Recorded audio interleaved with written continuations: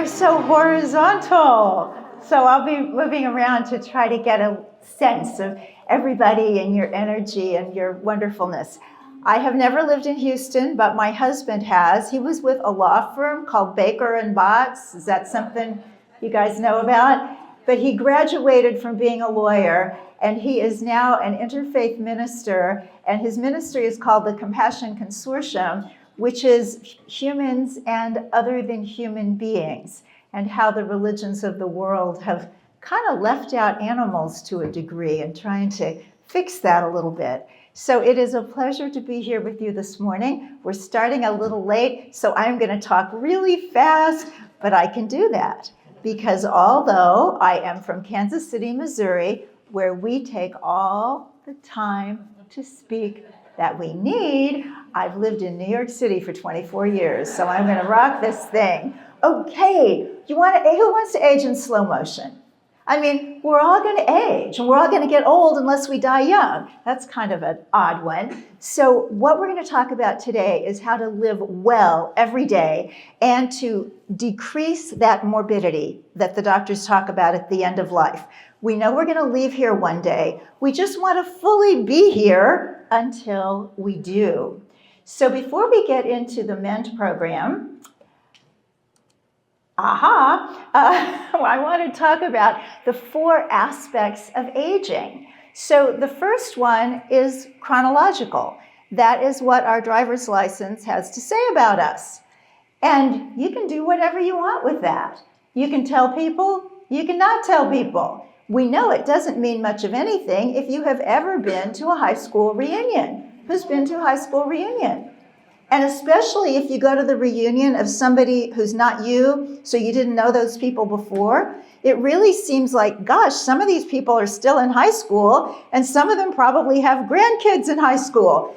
Just because genetically life things happen, we seem to age at different rates. The number means less than anything. Then we move on to cosmetic, which is how we appear to others. And this is the one that seems to get the most play out in the world.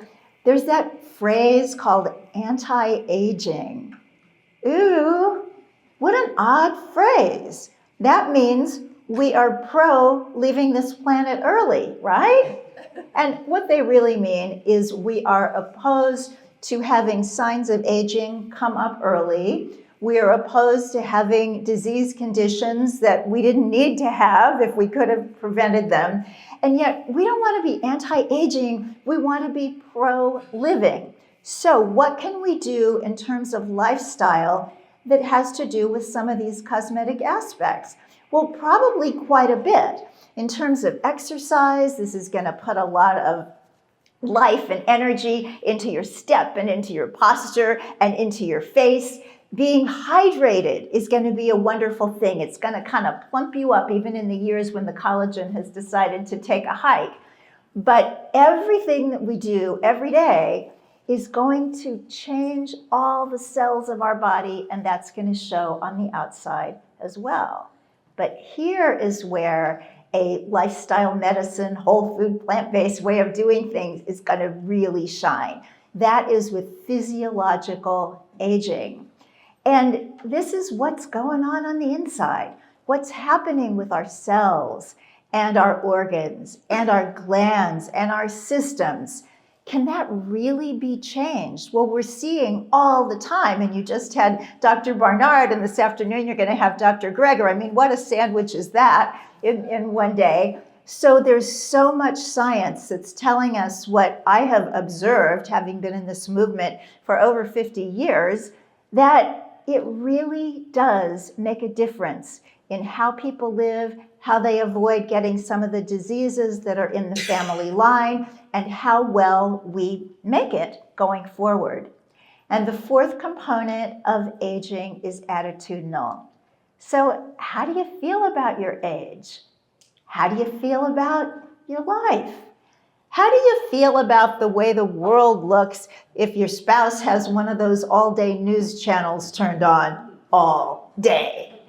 It can be a little bit tricky, and yet it can make such a difference because how you feel about it is going to change what you do about it. So we want to have a wonderful, positive attitude. So what we're going to do is eat well and live well. And an acronym for doing this is the Magical Mend program. So where this came from for me was my grandmother who could sew. Does anybody sew? It's kind of a lost art, and it's a wonderful thing to be able to do. So my grandmother didn't just make pretty things, but when something was torn or ripped, she could thread a needle, and she could make that rend in a garment just disappear. It was kind of like magic. And I was thinking, what if we could do that with our lives? What if we could delete what we ate last week, what we maybe drank in college, and start with a whole clean slate? And I believe that with this Magical Mend program, with these 4 elements of meditation, exercise, nourishment, and detoxification, we really can do that. I just want to see if this will, good, because sometimes I need to move around, being that you guys are all spread out and that I am half Italian and we move. But he's videotaping, so I'll move slowly. Okay, so meditation, I'm using as a kind of blanket term for what you do with your inner life, for a way to focus, to be still, to be quiet, and get the sense of, you know what, no matter what is going on around me, it really is okay. When I was 18 years old, in fact, on my 18th birthday, I escaped Kansas City and moved to London. It was swinging London era, the Beatles and all that was going on. It was so great. But when my student visa ran out, I had to come back, and I was really sad. And in the plane on the way home, I was reading a book called Metaphysical Meditations by Yogananda. Anybody know Yogananda? Very colorful yogi who came to this country in the 1920s. And he said in that book, "At the center of peace I stand. Nothing can harm me here." That's what we're talking about, getting that kind of centered sense so that whatever is going on around us, we come from that point of centered. This morning, I get a text from my husband because the person who said he would walk our dog between 7 and 8 showed up at 9:30. And I was really upset because I know people can be late. I'm sometimes late. But when it has to do with a living being, it's like, how dare he? And then my husband wrote back and said, oh, he's here now. It's all good. I should not have reacted. And then I responded, well, I shouldn't have reacted either. Reacting is one of the worst things about me. And yet, this idea of meditation, this idea of centeredness, can help us to not do it quite so much. So when we talk about meditation, that's sitting with a point of focus. But if that's not what appeals to you, there are all of these other things that you can do, like journal writing, like spending time in nature, so that it pushes out all that stuff on the outside that's kind of wear and tear on the emotional self and brings you to a state of peace. But if you're going to do classic meditation, it's really very simple. Who's done it? Like ever? Okay. Who does it regularly every day and almost never misses? Okay. You know, it's a big difference. It's a discipline. It's kind of like exercise, which we will get to soon. Sorry. So you want to just bring yourself back. It's the kind of thing, if you were doing it for a while and it was all good, and then where'd it go? May I move a little bit? Just because my Italian self is needing to? Moving. Okay, I'll stop here. I had a friend back in KC who got on a meditation program after open heart surgery. His doctor told him to do this, and things were going along fine. And then he kind of stopped, but didn't tell anybody. And his wife came up to him one day when they were having words and said, I liked you better when you meditated. Now, he was really surprised because she didn't meditate, and he didn't even know that she knew that he had stopped. But it really does make a difference. It makes a difference in how we feel, and it makes a difference in how we behave. So those around us notice it too. So if you're going to do the classic kind of meditation, you sit. And I really want to sit right now on this floor, but this man is videotaping me, so I will refrain. You sit, and you can sit in a chair. You can sit on your bed and lean against the backboard. You want your spine to be fairly straight, but you don't have to be like a Marine Corps recruit. And then you bring your mind to a point. Now, classically, there are mantras. Many times they come from Sanskrit through the yoga tradition, and these words are believed to have very healing and calming vibrations. So something like Om Shanti brings peace and relaxation to the whole body. But you can also use a word or a phrase in English. So one that I like is all is well, because that's kind of an affirmation and a meditation focus. And you can just inhale all is and exhale well. Just do it for a minute. Just close your eyes and just inhale all is and exhale well. And just keep going with that, and I'm going to talk a little bit.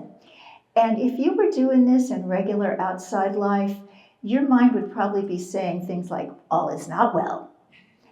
And don't you know what's going on in your own life? And don't you ever watch the news? But you just keep all is well. And before long, some of those mental gymnastics just kind of quiet down, and you come to a point of peace. Now, are you going to not have any thoughts at all? No, you'll have thoughts, because that's the nature of the mind.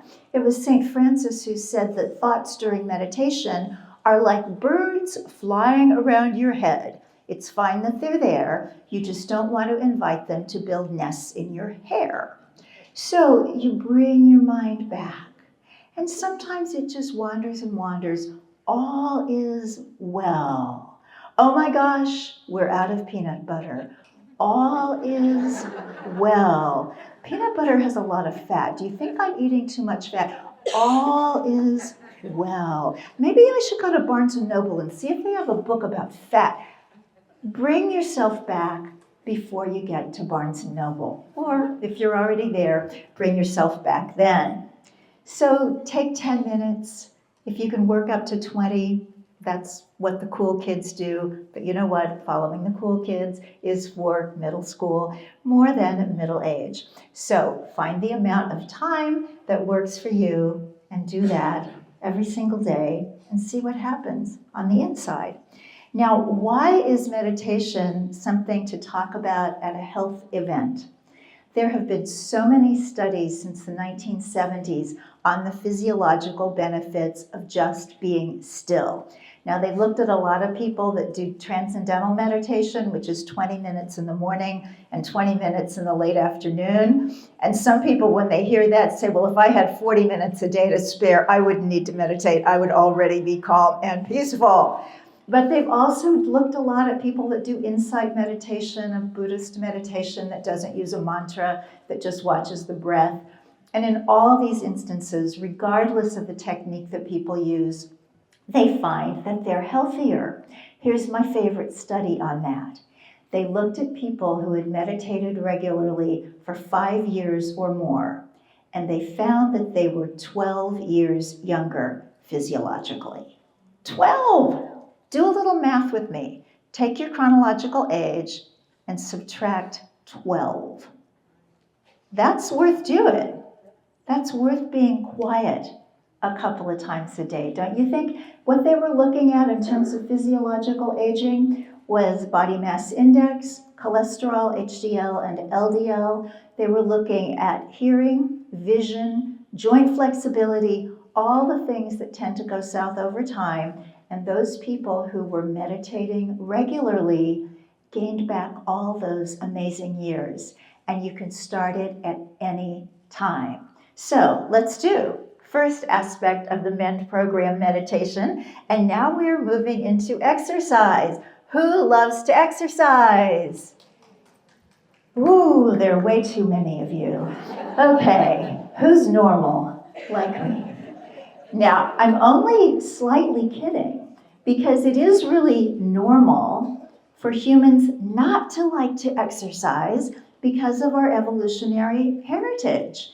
Back in the Stone Age times, we were much better off not expending a lot of energy because food was scarce, there were long periods of famine, and so the less energy expended, the more likely you were to make it and live long enough to reproduce and make sure that we would show up in Houston in 2024. So when we don't want to exercise, it's not some kind of character flaw. It just means that we had ancestors who had the good sense to keep still and reproduce. But nowadays, things are different, and we absolutely have to move. Now, if you really don't like it, and even though there are a lot of you here that do, but I'm going to talk to my people, the ones that don't, I have invented a disease. It is called activity resistance disorder. That's ARD, so that one day it will be recognized by the medical profession and you can get treatment and insurance will pay for it. So the signs of ARD are intermittent exercise, dislike of exercise, fear of sweat, and here's the big one. The most difficult machine at the gym is the front door.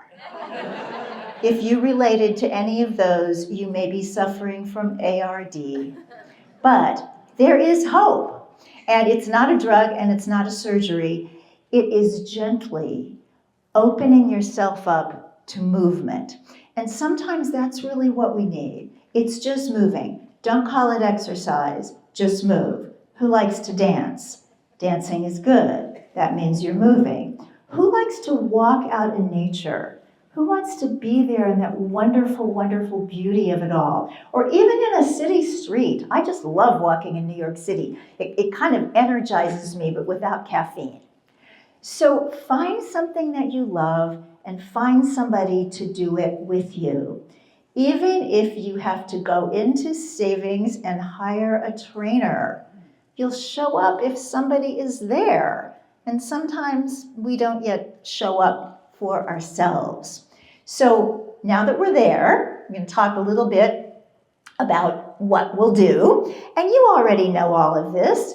You know that exercise does all of these amazing things for you. But some of the things that it does are a little bit new and a little bit magical. Did you know that it lowers all-cause mortality? That means you're less likely to die from anything if you exercise.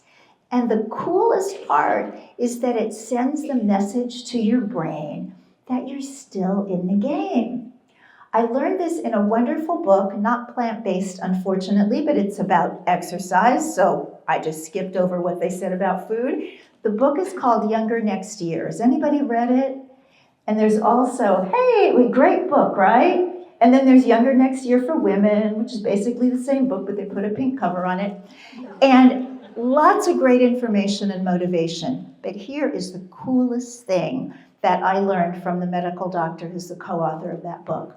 Not only are we building muscle, not only are we strengthening bone, not only are we warding off depression, but what we're doing is sending a message to the brain that we are still in the game.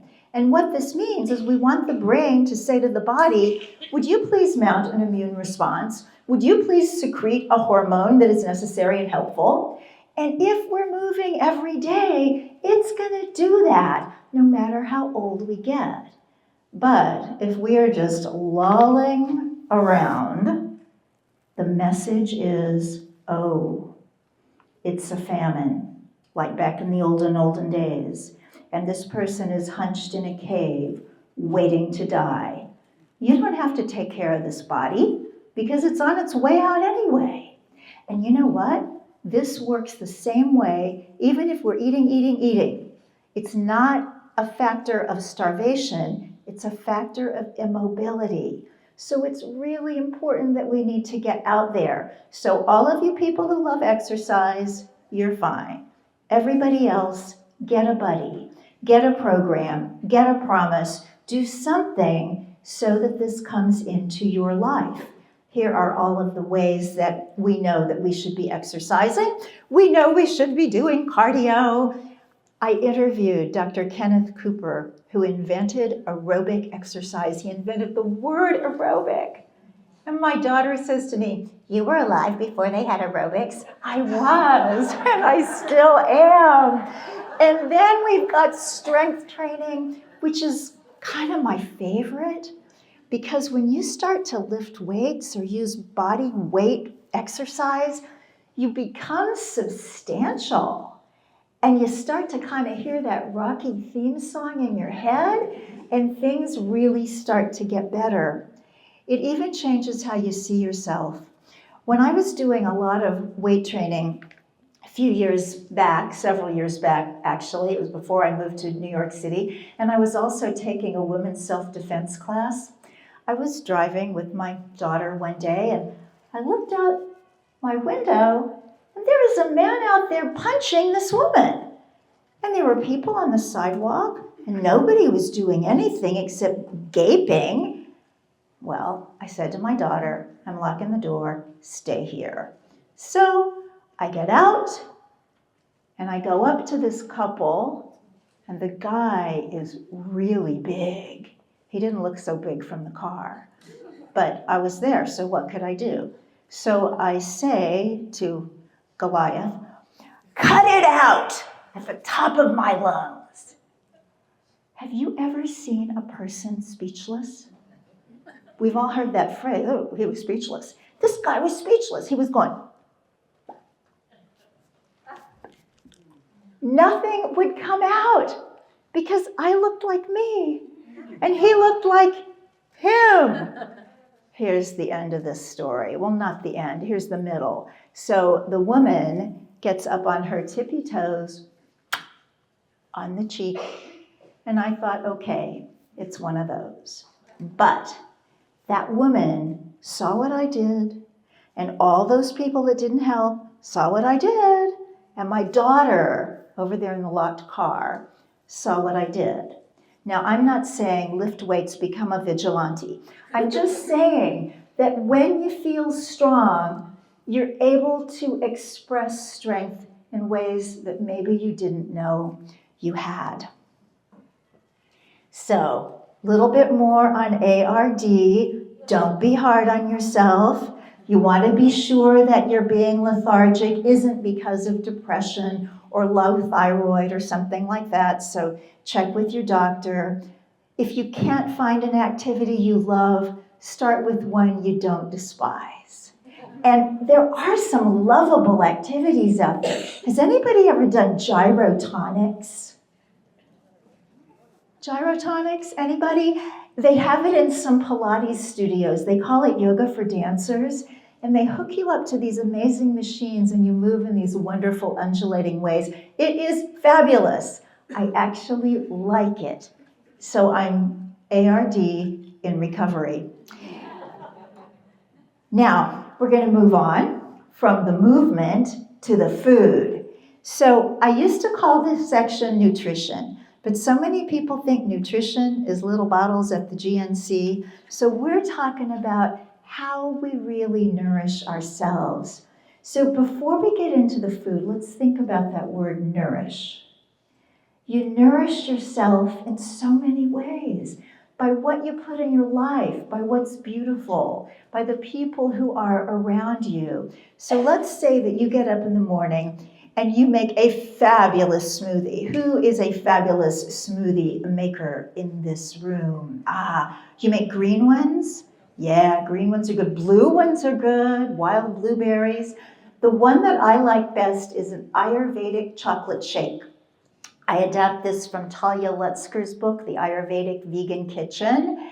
And what I love about this smoothie is that it's got all these warming spices, which not only save your life, but they make you feel really warm. So if it's cold outside, lots of times if I have a smoothie and then I go out in the snow, it feels like something is wrong here. But with the Ayurveda chocolate shake, you can use it all year round. So here's what you do. Non-dairy milk, a date or two, a tablespoon of cocoa or carob powder, and all those magnificent spices, cinnamon, cardamom, nutmeg, all of the kind of winter Christmas cookie spices, plus ginger, and then some flax and a banana or two, frozen or not.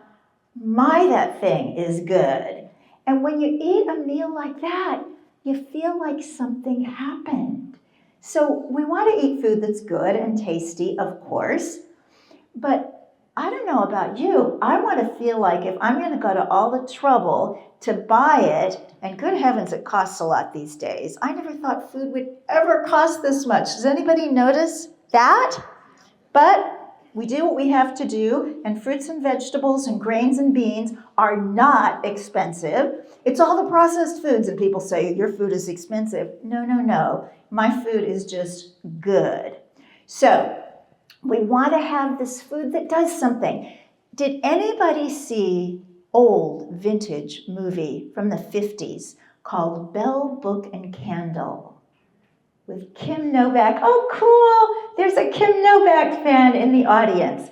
Well, Bell, Book, and Candle was about a group of modern to the 50s, witches in New York City.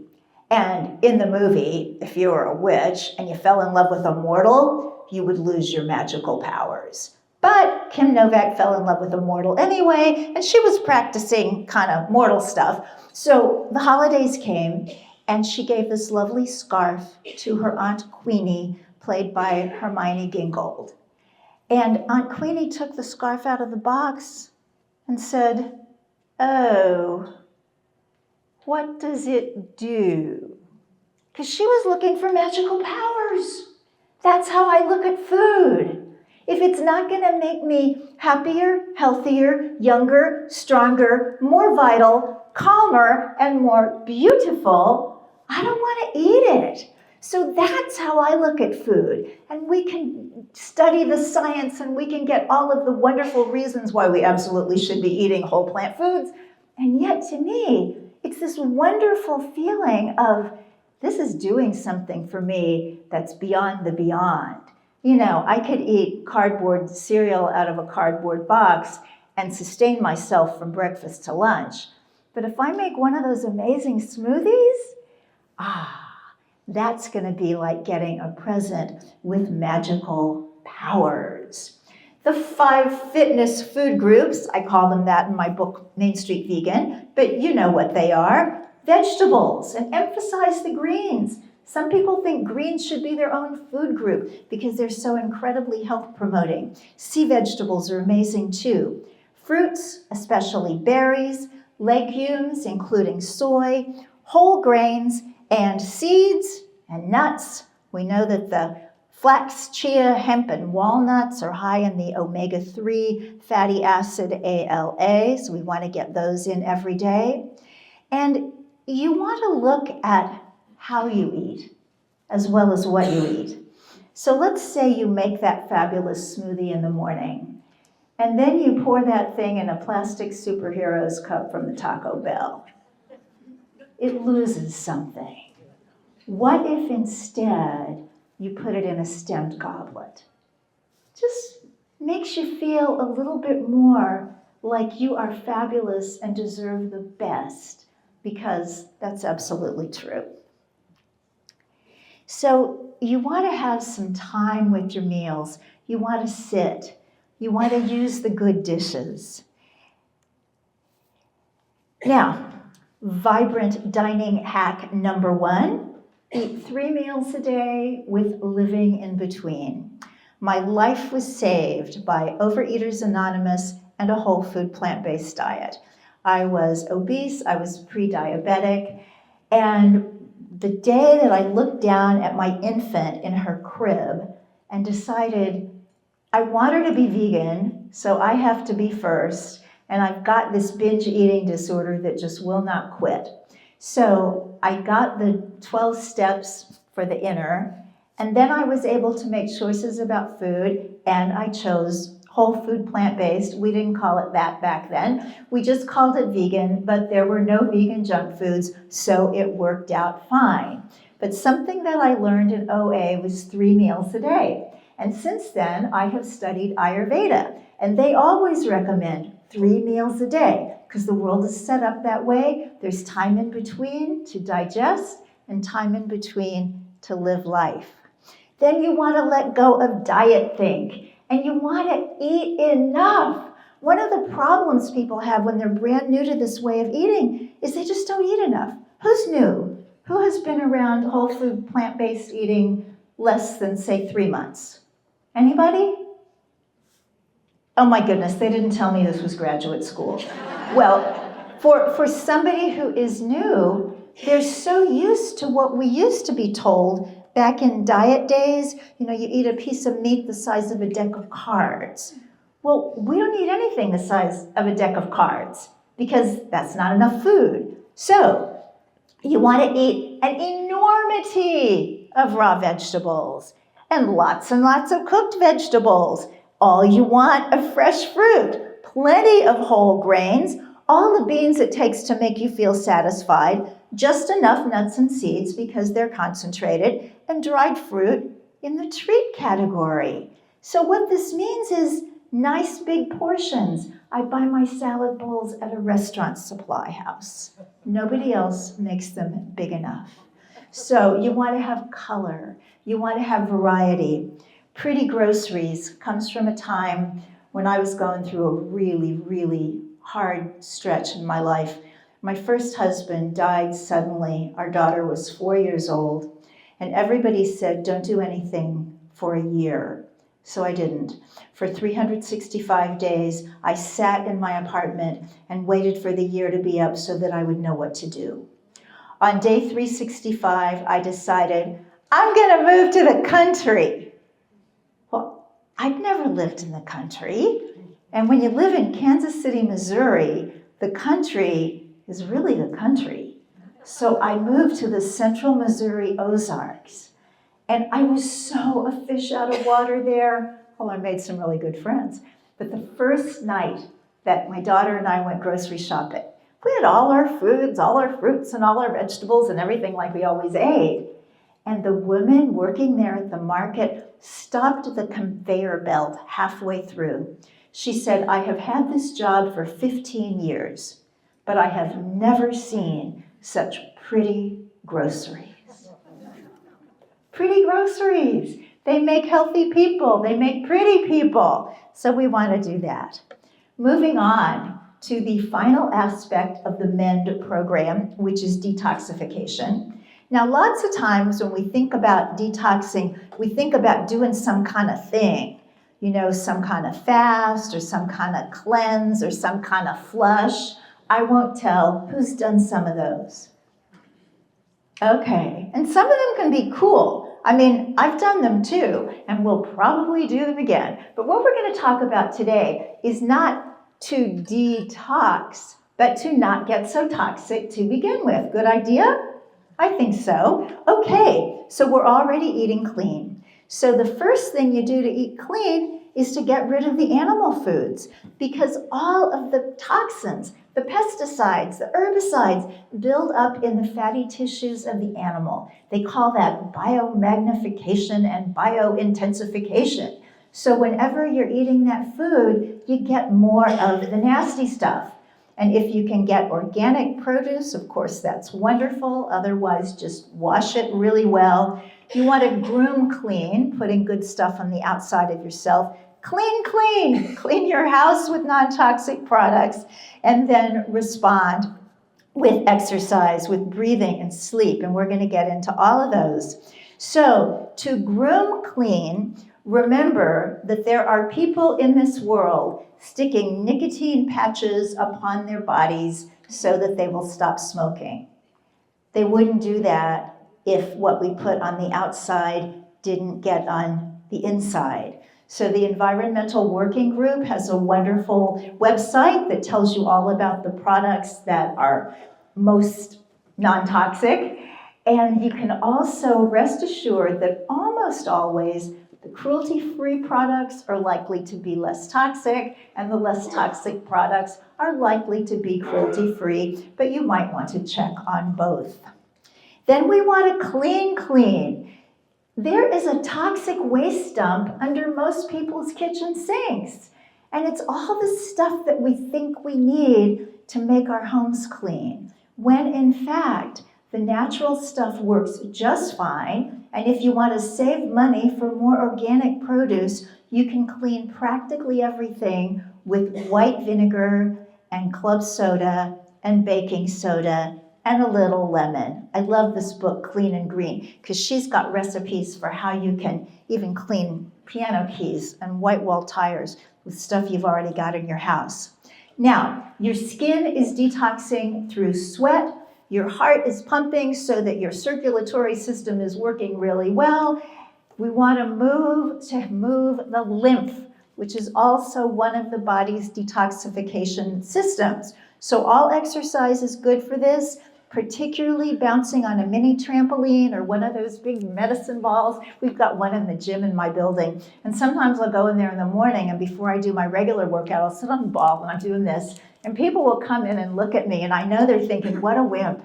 Why isn't she doing something real? But it is real. I'm taking care of my lymphatics. And then you want to hydrate, of course, with water, herbal teas, and the wonderful water in fresh fruits and vegetables.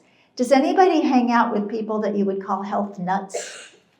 There are some of those. I hope it's not us. I hope we're just healthy and we eat nuts as opposed to being health nuts. But sometimes in a health nut gathering, there's all this argument about water. Oh, you have to drink distilled water because no other kind is really pure. No, you need mineral water because you need those minerals. No, don't have those minerals because they're inorganic and they're going to settle around your joints. Oh, you're both wrong. You need alkaline water, and I am selling a unit for $2,500. You know what? The water in the fresh fruits and vegetables is distilled by nature. It's full of organic minerals, and it's alkaline. So we solve everything. You want to breathe clean air, and that means sometimes just opening a window, because even in a great big city, the air outside is cleaner than the air inside. And you want to sleep really well, because this is when we're really cleansing and healing and assimilating and getting our act together for the next day. So you want to sleep in a cool, dark room. If you can get in the habit of going to bed by 10 and getting up at 6, the Ayurvedic experts say that puts you in tune with nature, and you're going to sleep better every night of your life. Here are some books to turn back the clock. The top two I wrote. Age Like a Yogi is coming actually in January, but it's already on pre-order. Talk about jumping the gun. And there's some more information about that in the goodie bags in the back. So I hope we have enough goodie bags for everybody. They're to help you remember what we talked about today. There's a little tea light for meditation. There's a motivational magnet for exercise. There's a little Lara bar for nourishment. It does have peanut butter, so if you're allergic to peanuts, get something out of the box, not the bag, because then there won't be peanuts in there. How Not to Age, Dr. Greger's book, you know about that. We mentioned Younger Next Year. Younger by the Day is a day book of mine on all these things. Other things that I've got going on. And in the end, life is short. Play with your dog. Thank you so much. It's been a pleasure.